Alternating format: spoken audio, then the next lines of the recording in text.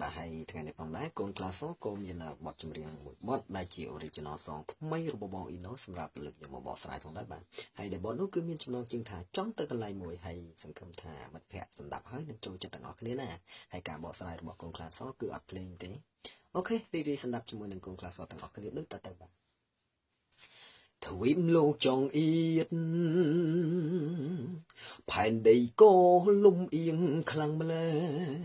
ព្រំលីខិនលេងសោយដូច្នេះខ្ញុំរស់បែបណាឈ្មោះជាប្រុសដែរពីមានស្នេហ៍គេច្រើនសាវ៉ាស្មានបេះដូងមិនចេះឈឺផ្សាស្មានថាសូប៉ាំង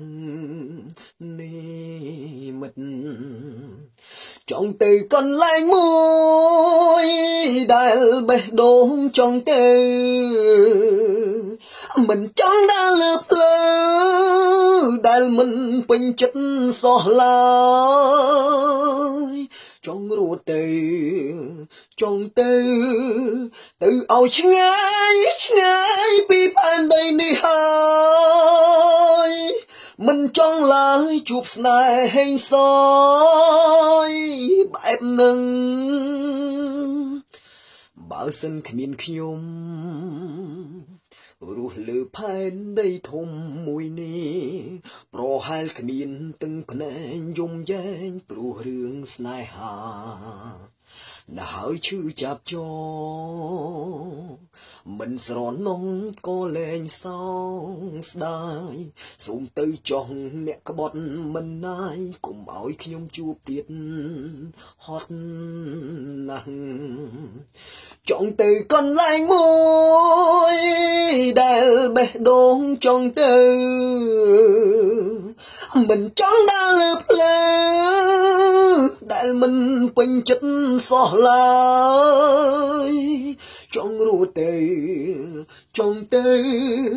ឲ្យឆ្ងាយឆ្ងាយពីផែនដីនេះហើយមិនចង់ឡើយជួបស្នេហ៍ហេងសយបែបនឹងចង់ទៅកន្លែងមួយដែលបេះដូងចង់ទៅ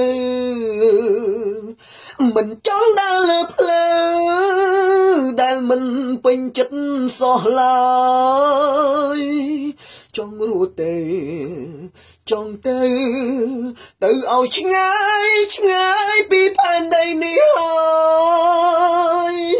មិនចង់ឡើយជួបស្នេហ៍ហេងសយបែបនឹងអូខេបាទហើយសង្ឃឹមថាមិត្តភ័ក្តិស្ដាប់ហើយនឹងចូលចិត្តទាំងអស់គ្នាណាហើយនៅពេលដែលបទនេះចេញជា MV បិទភ្លេងចិត្តហើយមានភ្លេងកូនក្លាសសុំបកស្រាយម្ដងទៀតប៉ុន្តែឥឡូវសុំបកស្រាយកូនអូខេសង្ឃឹមថាមិត្តភ័ក្តិស្ដាប់ហើយនឹងចូលចិត្តទាំងអស់គ្នាណាកុំភ្លេចចូលរួមគាំទ្រនៅ Original Song របស់បង Ino ថ្មីទាំងអស់គ្នាណាបាយបាយ